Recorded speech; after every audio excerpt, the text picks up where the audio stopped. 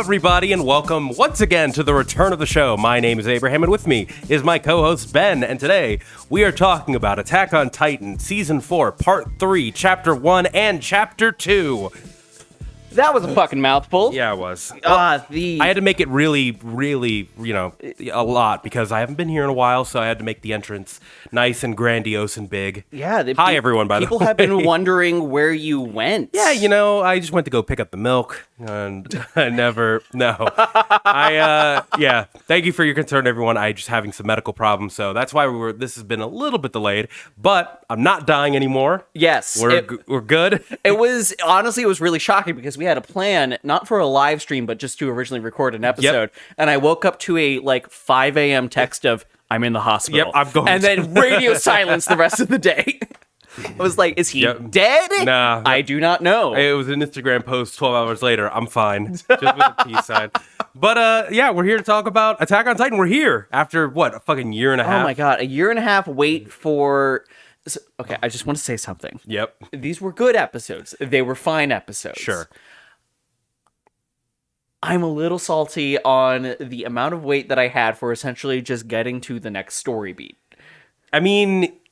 There were a lot of really important character beats that happened. Yeah. I think that this episode, or these two episodes, really were predominantly just a really amazing character work. Yeah. And I don't want to take anything away from that. But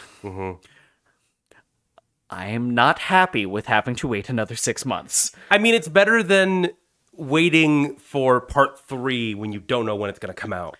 Because we were waiting a year and a half, and they were like, yeah, it's going to come out winter. Sometime.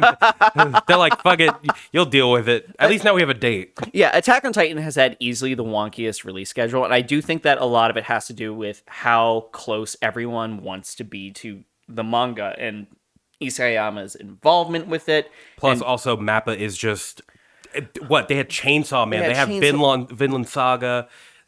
They were doing Jujutsu Kaisen for the longest time. Yeah, and I will say, Mappa is, we all make jokes about how their family never sees anything. Well, I think they made the right call by making it 2 small movies here, because guess what? Someone got to see their kids because of that. Well, I don't know. They upped the animation quality, so that might have not happened. It was, oh my God, they didn't blur anything. This was very well animated. It's probably the best Attack on Titan has ever looked. They're drawing straight up manga panels. It's really, really good. I will say I've seen some things that everyone was like, "Oh, you guys ruined the Freedom panel." I'm like, "What the fuck are you talking about?" Fucking. It's so. We'll talk about that. We'll talk about. That's just manga people just being like, it's not a drawing. It's not a still image in black and white. There's color in it. You ruined the quality. Yeah, I think they imagined it happening at sunset. Oh God. But we'll talk about why thematically I think it makes sense for it to be a blue sky. Anyways, we got a lot to talk about. So I figured we just go ahead and jump right into the thick of it and start where the story starts, which is with the rumbling in its full glory. We also pick up with a little boy by the name of Ramsey, who we saw last season. He was the pickpocket that Levi saved. And something that you said while we were filming last season, the last episode, you were like, man, I'm really disappointed. There should have been a time where we got to see that little orphan boy that we got attached to last season. You and I had to go. Yep. It's crazy how that didn't happen. No. Okay. Yeah. They showed him. They did it. Story structure here is honestly really well done, and cinematically speaking, the fact that we jumped to it right before the rumbling, I feel like it really contextualized a lot of what I really wanted the show to do, which is be like, hey guys, genocide is definitely bad. Genocide is wrong, and you should not feel because there's not the rumbling is not hell yeah, fuck yeah, we're killing everybody. No, it's really gruesome and sad. I think so. I was watching this episode with my partner, and she's gone through the entire thing with me. We've done all of Attack on Titan, and so far, yes, it's been gory. There's a lot of gore, and there's a lot of gross stuff. They have always censored things to a certain extent. Yeah, they did not do that for this special. Yes, and that's no, they did censor. It was censored a little bit. Like it gets it's worse in the manga. Oh, I could see like pieces of ear and eye after the Titan got up from him. Like they show it like more. And again, it's because it's still images. Yes. That is the difference. Because it's a still image, I feel like you're able to. Your mind fills in those gaps. It makes it worse. Yeah, that's fair. Well, no, they just show like I'm like as graphic as this is. We're talking about fucking genocide, so you know what you clicked on. The scene where Halil, I think his name is, Ramsey's friend, where the building is like on him, like you see the full a full clear shot of it, just panel wise. Oh, okay. And it's like to an extent, I think it's necessary. Yeah. If there was ever a time where I'm like, you need to show the violence, this is it. No, it did a lot of recontextualizing, and I will say from this point onward, it felt like some of the Yagerist talk has somewhat died down, but also ironically, people 100% ironically are like, nah, I'm still with Eren. That was fucking devastating, and I hated every bit of it, but I'm still with Eren, man. I'm like, okay, there's a certain irony here that I am like willing to dismiss, but a lot of the hardcore Eren defense, I'm not 100% sure if the people that are still repping Eren are doing it in seriousness at this point or mocking Yagerist. That's a good thing, because I mean, I will say, I think there is a distinction between Yagerists, where they're like, fuck yeah, give your hearts, rumbling, kill everybody, versus people who are like, now going like, yeah, that's terrible, but I'm still with Eren. Yes. Because as we see in this episode, Eren is not with Eren. No, he's not. Eren is, we start the episode and he's just like, this is the scene right when they escape with Ramsey. Yeah. And they're like, where the fuck is Eren after they're talking with the Azumabitos? Yeah. Eren goes off to walk around and like that's where that scene happens. Yes. So that whole time, Eren was knowing like, I'm going to kill every single person every single one of these people, and was just consciously. But he still saved the kid. That's the weird thing, is there's this weird duality where Eren, we confirmed that he's the one who saves the kid from that mugging. Yeah. And that's what he was doing in that time. But then at the sort of in that same scene when he's spoiling the entire plot of the show to little Ramsey, and he can't understand them. Yeah, Ramsey, like they said in last season, they speak a different language. Yeah, but like while he's doing that, he's also saying the main reason why I'm going to do this is because I saw the outside world and I was disappointed. Yeah, like there is this. And like we always talk about this, where in season 1 you get the idea that Eren's not quite right from the scene where he saves Mikasa. Yeah, and just straight up like here's a child doing some murder. Yep. And he's reveling in it. Yeah, there is a screw loose here. Mm-hmm. He is a little sociopath, and like part of it is, oh, he did enjoy doing the rumbling, but another part of it is he seems to be horrified by the rumbling at the same time. And it's such a weird dichotomy, but it leads into some things that I feel like, is Eren actually in control here? Well, we're going to have a whole discussion with the whole like conversation that he has later with the gang about whether or not that's true, because I feel like we get some more hints there. But speaking to your point of the duality, there's a great line in here that's been repeated over and over again, but has fully been completed now, where he says, Riner, I'm the same as you. That has been a running theme over and over again, and it's now finally reached its full line, which is, Riner, I'm the same as you. I'm a half-assed piece of shit. In that, he feels like a hypocrite because he feels like he can't even be the villain that he knows he's going to be. Yeah. He's like, I'm still trying to be a good person. I'm still faking it like I'm worth a damn saving this kid. It's interesting because they give Connie the moment as well of understanding what that is. Yeah. And being like, we had to turn on the people that we loved as well in order to try and save the world. And it's like, this is what you guys felt like when you did it to us. And they were like, this is not a good situation. And it makes you realize that the child soldiers from Marley really have been kind of riding the entire weight of this entire situation for way longer than the Eldians. Well, yeah, because from their perspective, the people on Paradise, they got betrayed, saw the outside world, then like all the shit happened with the rumbling, and then they just had to turn. Yeah. There's never really a moment where there was a full-on, like... They're responsible for the fate of the world. Right. Where meanwhile, everyone else is cracking under that pressure. I mean, like Annie had all that weight that she had to deal with. Yeah. And she seemed to know it damn well more than Reiner, because Reiner was just so much more focused on actual glory than the responsibility. Yeah. It's all around, it's just not a good situation. And like, hey, we get to see the rumbling in its full capacity as well. There's an extra moment that was added that wasn't in the manga. It was the scene with Eren's grandparents. Yes. That wasn't in the manga at all. But it makes sense because, Zeke was a double crosser, so obviously they're going to jail his parents. And then they would be stuck there. Yep. Which I feel like is honestly a amount of poetic justice that I like.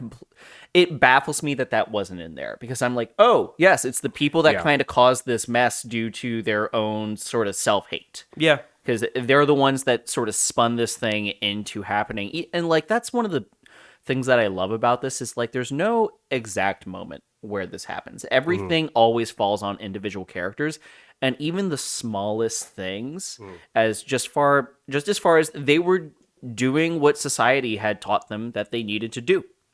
That's it.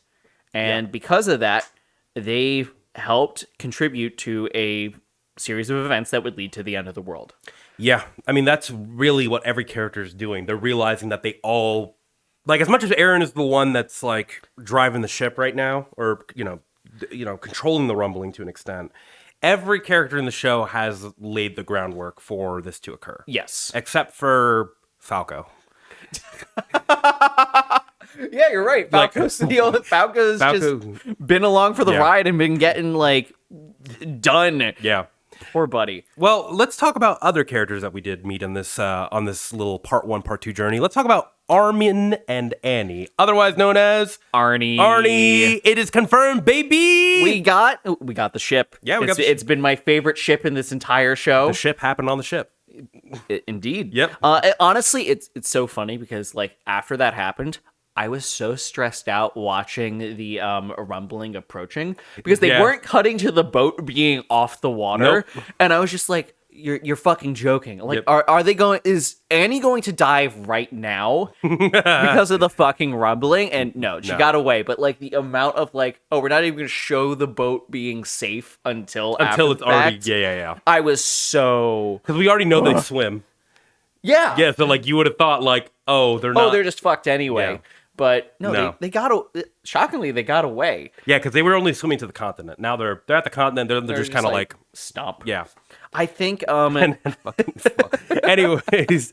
we got we've known that Armin and Annie were a thing since season 1. The recognition of the fact that she could remember the entire conversations that they had over all of those years. Yeah, and then like her even asking, it's just like Armin is like, seriously, your best friend made so much fun of me in front of you, calling it a crush, and you're asking why I'm here. No, she knows, but that's a thing. That's a sad thing. Annie can't believe it. Yeah. And because Annie doesn't have anything going on from her point of view. She's like, I'm just a sad kid who was an orphan, who was beaten into training by my old weird dad, and then there was a semi-fixed relationship kind of at the end, and then I got shipped away. Then I was a traitor for 5 years, and then I got locked in a crystal. Yeah, it's like, and then you like me, like what? You like me, and you were keeping me like him and I'm forgetting her. Hitch. Thank you. I nearly called her Hawk, and I'm like, that's wrong. That's wrong. That's all right. No, Armin and Hitch like really were the only people keeping her company throughout that portion, and it makes sense why she would be extremely thankful for that. But then the fact that like feelings are reciprocated, oh my god, the amount of blushing between the two, I still can't get over the moment where Mikasa puts it together. And where she's just like, when the fuck did this happen? Because also from everybody else's perspective, Annie didn't kill Armin. Yes. Then Armin tricked Annie into helping. Yeah. And then gone for 5 years. Yeah. And then he went to talk to her, but that's it. Yeah, but I don't think anyone was expecting her to be able to hear those conversations. Honestly, the only people that know are Armin and Hitch. Yeah. So, like, it makes sense why that relationship would... It's weird because it is one-sided in the fact that Armin was the only one able to do that, but the fact that he was keeping her company, the only thing keeping her from going insane during that time, Yeah. keeping her informed on what's happening with the outside world, that's such a big thing for her. And then to be like, oh, I'm not being treated like garbage from this person. And then the entire, like, good people, like, is it because you're a good person line? He's like, I know. No, I'm not a good person. I've killed a bunch of people. Like, that's not how this works. That is something that he may have believed at the start of their relationship, not their relationship, but them knowing each other. Well, yeah, because he didn't know anything about the outside Yeah, world. but So weirdly, and one of the things that makes this work so well is that he's finally in a position where, in the same way that Connie understands Riner, Armin now understands Annie. yeah. Because they know what it's like to be in each other's shoes finally. Yeah. And that's one of the things that makes this so juicy and makes it just work so well. Speaking of consoling and kind of coming to terms with everyone in their history, Annie and Reiner also have like a little bit of a moment as Annie chooses to stay behind and abandon the fight. That was such a sweet moment. I'm like, Reiner was so horrible to her throughout the entirety of everything. Yeah, but like everyone was no, because Annie was very much like a passive. Yeah. I don't want to be here. I couldn't say that Annie was terrible. Because honestly, Annie was, and we keep saying this, Annie was like probably the best one out of the three. Yeah, she's the only one that's like, I don't want to do any of this. Yep. And everyone else is like, no, we got to do it. Yep. And she's the one that felt easily the most remorse about what was happening. She was the one that was being put up to by Reiner. Yeah. And like, she genuinely, I mean, like, one of the things that I love about the OVAs is that she genuinely cared about many of the people on the inside of the wall. Yeah. Like, the entire plot of that OVA would not have happened. It was just her like fucking solving a mystery. Yeah. By the way, Detective Annie. Oh yeah. Oh my god. Dude, what a peak character. When she like transformed just her hand, that was fucking fantastic. But it also seems like Annie still has a role to play, even though she's out of the fight. Yeah. Because we are getting some weird things from Falco. Yes. So, power explanation.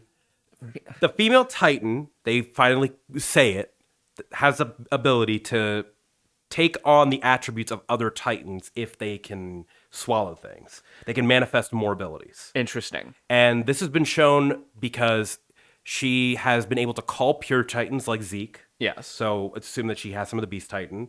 She has the armor. Yes. The crystal things like the Armor Titan. What else?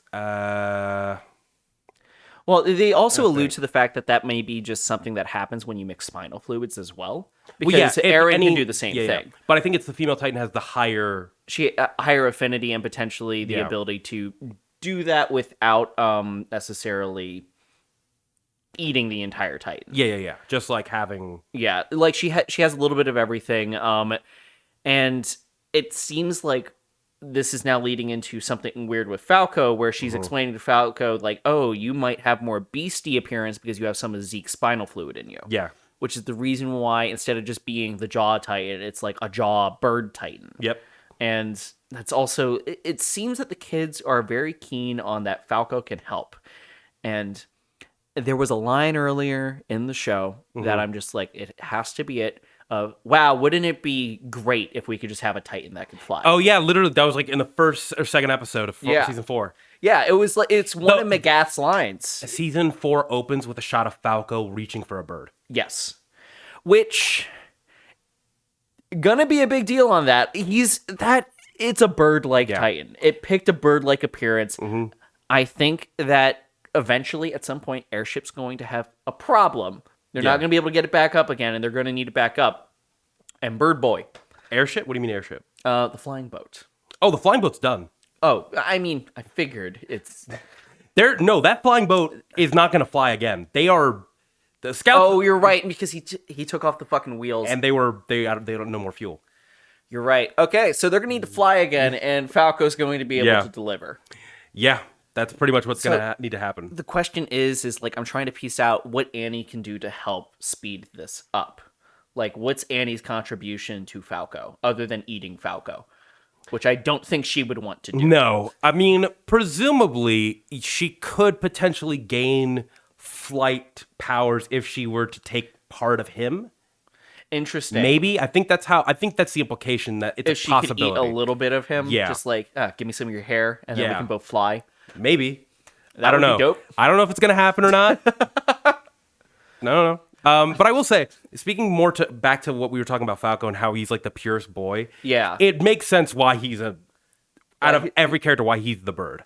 Birds in this show have like very much represented freedom and the ideal version of freedom. Yeah. And the only character without a body count is the only character that like You're right. He hasn't killed anyone. he's literally the only character in the show who has not done a single thing wrong. He's gone berserk as a Titan once because he couldn't control the Titan powers. It was the second time going in, which He was just there for like all of Gabby's shit. yeah, he was just like, Gabby, don't do that, and Gabby was like, I'm gonna commit murder. It's like, Gabby, no, stop that. Bam, bottle. It was Bottle, the fucking like brick in a sock. Oh my god. Yeah, it was fucking brutal. Yeah. Which like I'd imagine Falco, because he was on the front lines at some point, he's obviously had to shoot someone, but that's way less personal than like anything that Gabby's done. Yeah. Well, actually, no, I don't even think he's done like real fighting. I think that one battle that happened at the beginning of season 4. You're right. I think that was their first like deployment. Yeah. Shoot, you're probably right Like about I that, think actually. I really Shit. think Falco is just a child soldier who's like just been in training and never saw action. Yeah. Okay. So no, that checks. Good for you, Falco. You watch him die. Anyways. No, don't let the sweet boy die. I mean, the sweet boy's got to make it. Anyone could die. We're not done. I know. I'm fully expecting. I don't want Armin to go, but I feel like Armin might have to go by the end of this. He's slid into the main character role. Unfortunately, you know who's not sliding into a main character role? It's Hanji. Yeah. She gone. Well, she was acting like a main character for a little bit. She was. Well, I mean, let's be real. Hanji is a main character. She slid. It's funny because she went from support to like super pivotal. Also, the handoff between her and Armin for like, you're now in charge of the scouts. Yep. Tears. Yeah. I knew it was coming, and it still got me. Honestly, the music was way more somber than I thought it was going to be for the battle. Oh my god. Here's the thing. I've been saying since like the beginning of season 4, Hanji's got a big fucking red X on her back. Narratively speaking, it does not make sense for her to make it to the end. Yeah. She would either have to die as a martyr or a self-sacrifice. And they went with the self-sacrifice route, which is way less sad than what I was anticipating. I was fully expecting her to get martyred. Yeah, but it's a worthy sacrifice. Yes. A very, very worthy sacrifice, because she trips up a bunch of Titan. Dude, She's Titan, just taking on a bunch of colossal Titans. That's the thing that I fucking love also, about that like, moment. that's perfect for her character. Her character going out like right next to the rumbling. Yeah. It was I was so with it. I was just like, she's doing it. She's doing it. And then I'm like, uh-oh, some sparks of fire are going. Yep. And then she kept going. Yeah. And I got so excited when I was like, oh, she's still alive. No, she's just in the Eldian afterlife. You thought that she was still alive after, like, she exploded? So here's my reasoning for this. Up until this moment, we had, other than the actual paths, we have never seen a moment of just symbolic imagery or symbolic setting. True, so it was very, like, jarring. It was really jarring. And, like, obviously, the second you see Erwin, you're like, oh, damn it. This is the afterlife. Yeah. And it's weird because this show and the manga itself, there have been zero symbolic settings. Because even the paths is somewhat of a real place. Yeah. So for me, it kind of beckons the question of, because the paths exist, does an Eldian afterlife also truly exist? What happens to the consciousness of Eldians once they pass? Because that could be true. And is it a little upsetting that it's potentially the world after the rumblings happened, of just footsteps for miles and miles and miles as that setting. I mean, it could just be like they could just be there. That is true. In that moment. Yeah. That is true. You got to spend the rest of your life. Yeah, you're in this giant footprint forever. You're in a barren wasteland where I think the implication nothing exists anymore. If what you're saying is true and they like exist as like consciousnesses in the past, then I think then they are still real, but they could just be anywhere. That is like, true. Because remember, time is infinite. Yes. And time is infinite. There's no space. You can go into any memory you want. Yeah. Like, it's all... You can't really interact with anything unless you are Eren, essentially, in the paths with the attack. Well, it's the attack titan that can actually do that, if I remember correctly. Yeah. Well, so, the founding titan and attack titan kind of... together, but it's the attack titan specifically that allows the knowledge, if I'm understanding things correctly. No, the attack titan allows you to know what's going to happen in the future of your future titan shifter. I see. But he hasn't gotten any future memories, so because he's probably the last attack titan, which is a wild piece. Speaking of Eren, I guess we should get into the real meat and potatoes. Well, before we get into the meat and potatoes, we got to talk about our man, our boy, Flock. Oh, right, this son of a fucking bitch. No, just it snuck up on you, just like he did in this episode. I'm really tired of Flock fucking sneaking up. Again, you were like, man, Flock is dead. I'm glad he's dead. And I was like, yeah, I am too. I'm glad he's dead. He's definitely I'm so upset.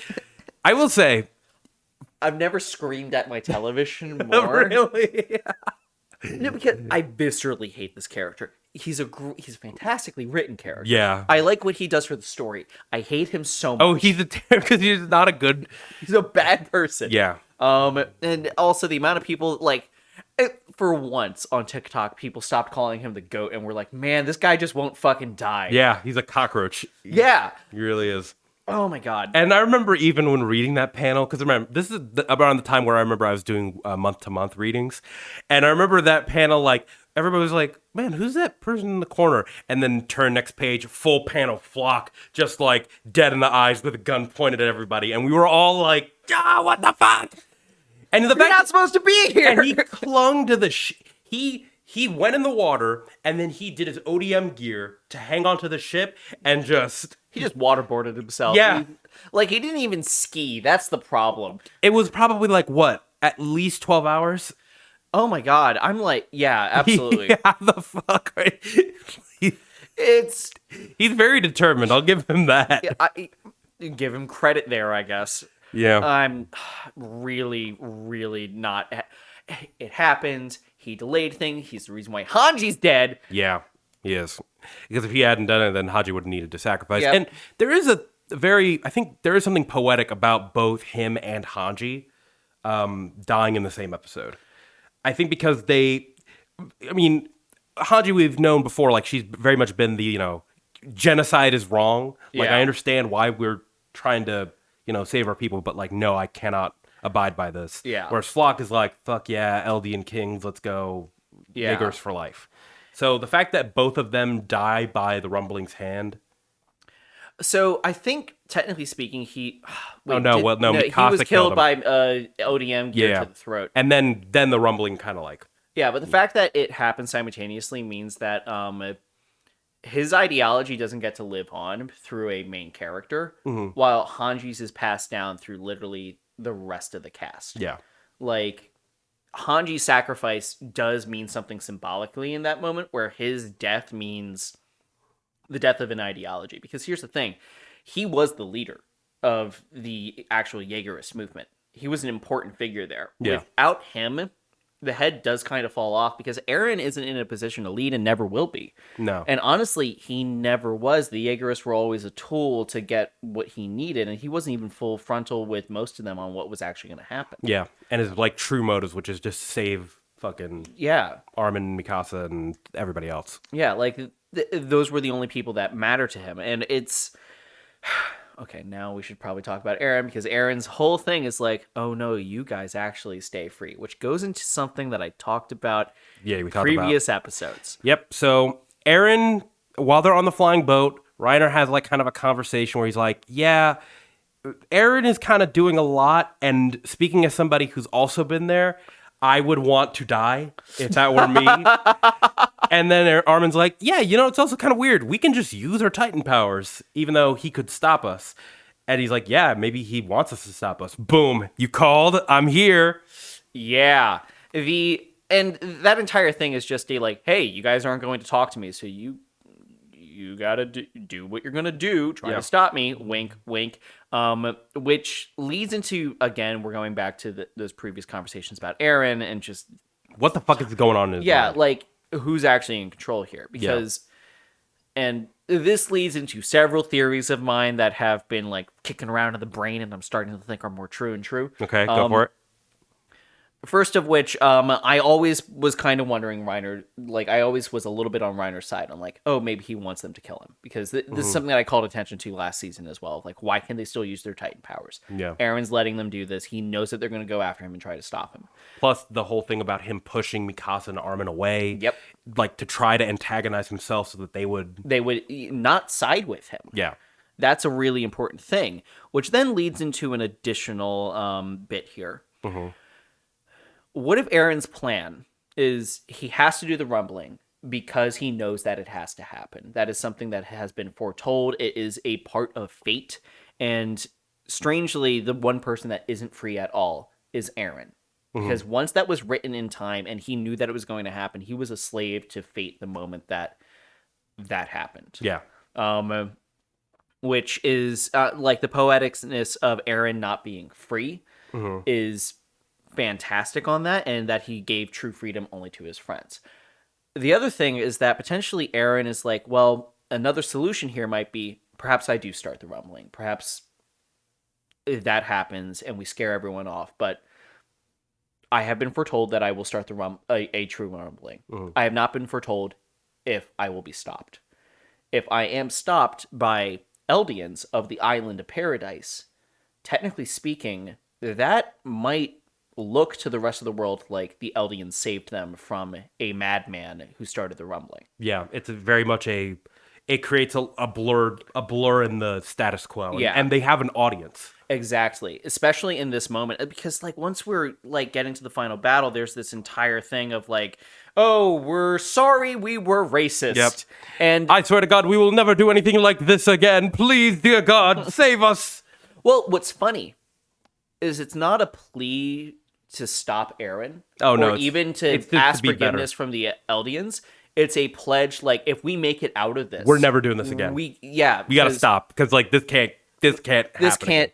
Because all that this did was like, this is a full recognition of like, we created a cycle of hate and violence. Yeah. And it's literally like, as we're looking at Eren, like, and it's coming back. Yeah. Like, yeah. There's nothing more like the embodiment of like hatred and like just hatred of just spider demon with like long hair and an army of like flesh mechs just walking towards you. I still can't get over the fact that they animated the butt of the founding Titan. Yeah, he skips like day. He does for skip real. leg day. It's really bad. That entire piece is like, Eren's already committed genocide. Yeah. That has happened. But if this is stopped here, they have an audience. It would like, we're getting into like a PR situation for the Eldians. This would actually create the ground for people to talk things out and for world peace to actually be an option. It will be in the wake of a horrible genocide, but the person who committed it is dead. And and the movement behind him, the leaders are dead. Yeah, so it's pretty clear, like, that's, like, what Eren is probably trying to do. Yeah. Okay. It's probably... That's my theory. That's probably what he's trying to do. Again, just based on the fact that we have got an additional scene with the Eren and... with Eren's grandparents, I'm not sure if they will stick to the original ending or not. I know what has been written, but I'm not going to lie... because of the reception, because of Isayama's apologies to fans, and because of new material that we've gotten already, it wouldn't be out of the question if we got some tweaks. It will probably be close to the original ending. It'll be close, for sure. I think because it's my understanding, I have not read the manga, this is all your field, but it is my understanding that the manga came extremely close. And it was just a matter of, like, if a couple lines were tweaked, if a couple things were acknowledged that, like, hey, this is wrong. I mean, some people believe that. Some people are like, this ending sucks, I hate it. Yeah. And we'll get into why that happens when the actual ending comes out. Because I can tell you what people thought was going to happen, and oh my god, okay, and there's things. Well, there's also this added issue of whenever you have a fandom that's this size, people take ownership over the story to an extent that they probably shouldn't. Yeah, I mean, we've seen this with The Last of Us, which is also another moral quandary. We're literally just, I guess that it will be coming out tomorrow for podcast listeners if you're on the live stream, but if you are listening to this, it's already come out in the actual podcast feed. The entire quandary with that is, like, did the X person do the right thing? Because they did a morally apprehensible thing at the end for a very selfish reason, but you could understand exactly why they did it. Yeah. Wow, that sounds really familiar. Yeah. So, and when that happens, fans like to argue of if this was the right thing. Now, I think we should all be on the same page. Genocide's bad and wrong, and Eren's not doing the right thing here. No. But there's also this extra existential question of, it was already written. You were always going to do this. This is the fate that has been brought to you. Yeah. And well, there's another thing that I want to talk about involving that entire, like, oh, Eren's, like, bound by fate. We see only Kid Eren in there, standing next to Kid Ymir, which leads into a question of the. This is a question for you about the Titan powers. You may know this question already. Okay. So all the Titans originated from the original founding Titan of Ymir, right? So that means the attack Titan had to originate from Ymir as well. Yes.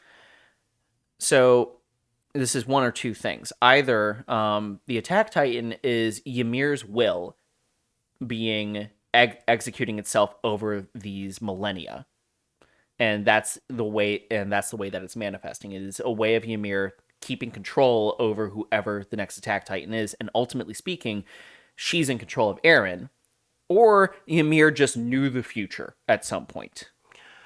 Yeah, that's a thing. It's because it's either control or it's like a partnership. Yeah.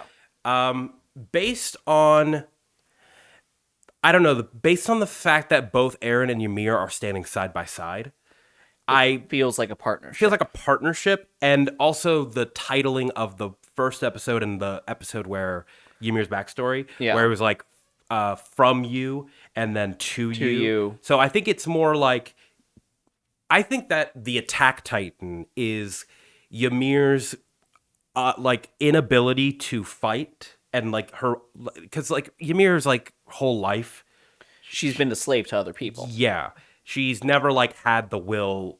She's never like been shown that like why it's necessary to fight for your right to live, for freedom and everything. And so Eren comes along and is like, oh shit, like you're waiting for me. And that's why when he's appealing to her and like going like, bitch, we can take this whole thing down, because Ymir's the one in control. Yeah. Ymir has all the power. Eren just has the will. Yeah. So I think it's more partnership. However, I think you're still right on the whole, because Attack Titan is the future, because it started with Ymir. So technically it's a closed loop situation. Yeah. I think it's both. I think both can exist at the same time. Which, like, this is just a wonderful existential question, in all honesty, that I can't really, I can't really come up with a clean answer for. But it's just such a fun thought of, like, Eren's still in the wrong no matter what happens here. But how much of it is Ymir driving the ship? But at the same time, Eren is the one that absolutely brought the homicidal tendency to this. That's the thing. So it's like, it's kind of both of them. Yeah. It doesn't really matter. It's not a matter. I don't think that's why I don't think anybody's one person is in control. Yeah. And I don't think it's really Ymir puppeteering Eren. Yeah. I think it is Ymir's angry, Eren's angry. Well, there is Let's fuck some shit up.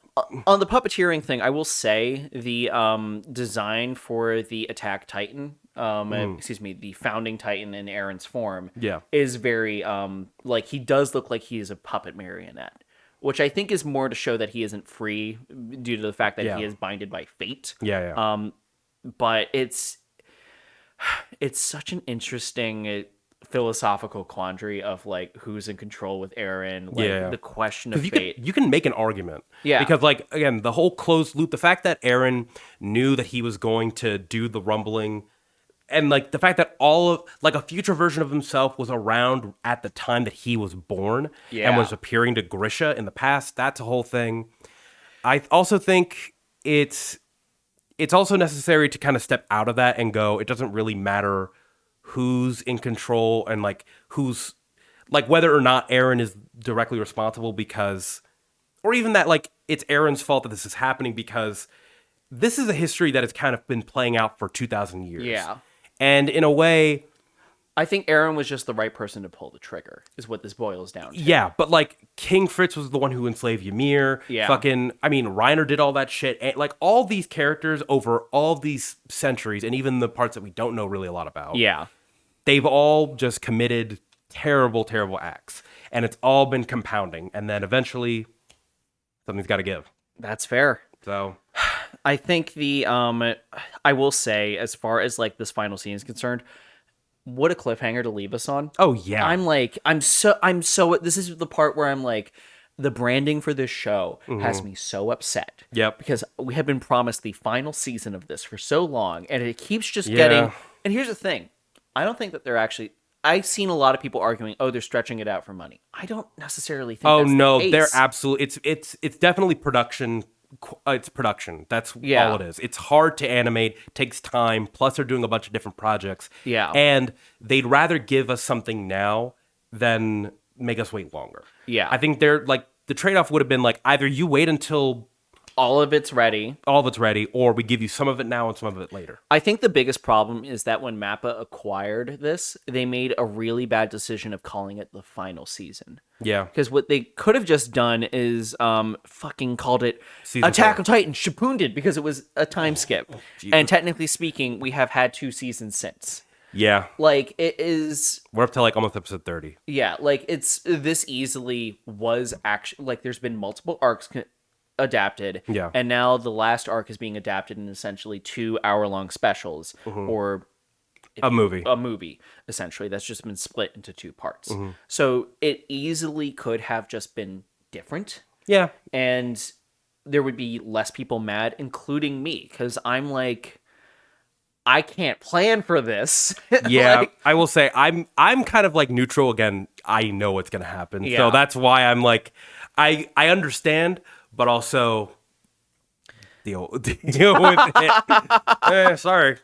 No, I think I think it's been very well done as far as animation is concerned. If like we're getting this quality of animation and just this sort of movie like feeling when this comes out, 100%. I'm absolutely behind this. Yeah. So let's talk real quick. Let's talk about part 2 of part 3. Okay. And part like our 2, predictions. part 3. Because so you mean chapters 3 and 4? 3 and 4, which is maybe potentially a 5. I'm not sure. It depends on how they split it. But anyways, they have a plan right now, which is that they are going to first find Zeke, because if they kill Zeke, unfortunately, potentially the rumbling will stop. Yes. I've seen some fun comments of like, they forgot to color in the Beast Titan. Yeah. I'm like, that's not what happened. That's not what happened. Nope. That's you're not going to be able to find the Beast Titan that easy. I'm like, question. Yes.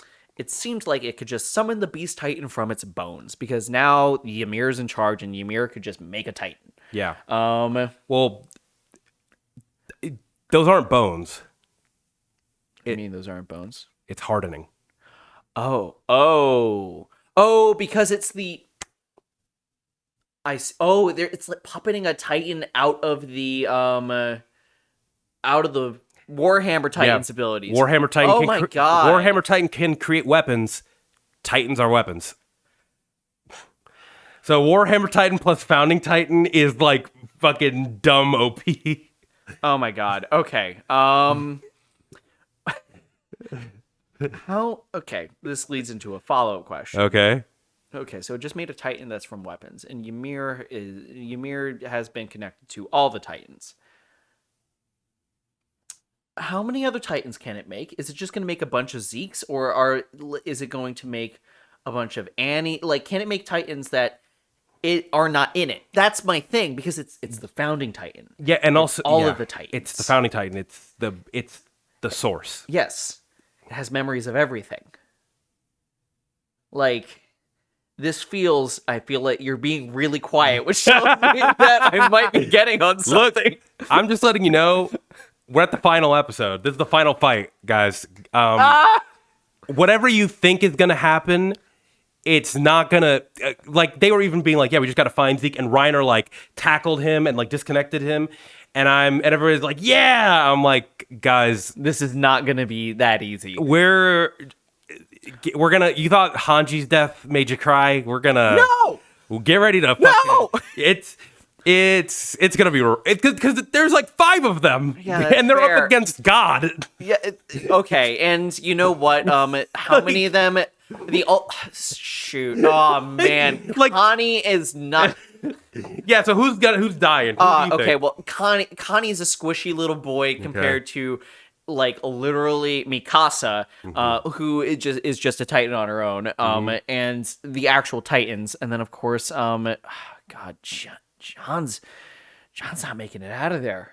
John, so you think it's Connie and John? Connie and John, unless they fuck off, which I don't think they can do, because they're surrounded by a bunch of boiling hot colossal Titans, so they'll just get Hanji'd if they try to leave. Literally, the playing field is that they have to use ODM gear to stay on Eren. And if they fall, they burn to death. They die.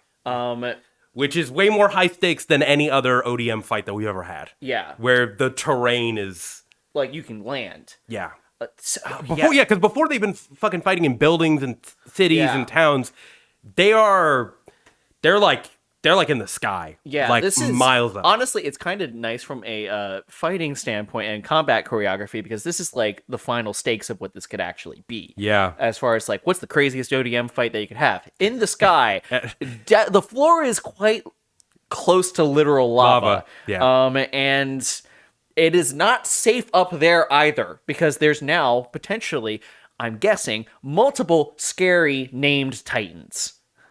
Maybe. Like, I feel like it's not gonna just summon like your average like aberrant or like 3-meterer. I feel like we're going to see like Jaw Titans. Well, I mean, either way, it's not good. It's not good either way. Because, and also, like, Eren can just make normal weapons, too. Yeah, that's fair. He can make shitty terrain. He can make one of his bones just, like, fucking go back into his body. Yeah. Like, that ODM gear that you were using.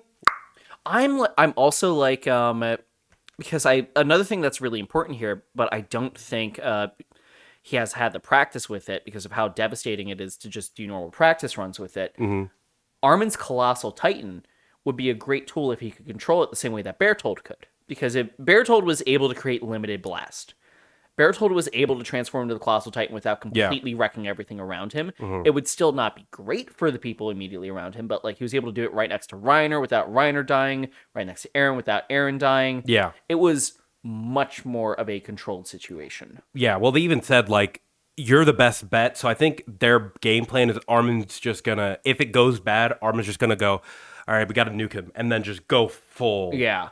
Like, maybe get Armin close to the head to make it easier, but, like, also at the same time, they don't know where he is. He could be anywhere. Yeah, like, that's the big problem, is because of that power from the fucking Warhammer, it's all bets are off. Yeah. And I'm like... Same thing with Zeke. Yeah. Whichever one they find first, they have to deal with, which is really devastating for the fight. I think that what we're going to end up having is there will be some element of a final conversation at some point. There's a couple very famous panels that I'm not going to explicitly state on the show that I have seen that have spoiled things for me. Okay. Because unfortunately, if you know, there were panels that were like literally being put on billboards in Japan that were just blatant spoilers for an upcoming scene. Yeah, I'll bring it up when we get there. Okay. But it was I remember seeing it and being like, guys, what the fuck? Damn. Like, I'm literally an anime only, like, in the West, and now I know that this happens. So I at least have one major spoiler on my end. Okay. But we're gonna get some sort of final conversation. It'll probably be in the paths, in all honesty. I don't think that there will be time to talk in real life. Yeah. I feel like we're going to find out that because Eren got turned into this thing after being decapitated, and I feel like we are going to find out that the second Eren loses his Titan form, he's dead. Yeah, because he's just he's just a head and a body really far away from each other, and I don't think that they got to come back together. Based off of the transformation, that's just how I feel at this moment. okay. It's going to be tough.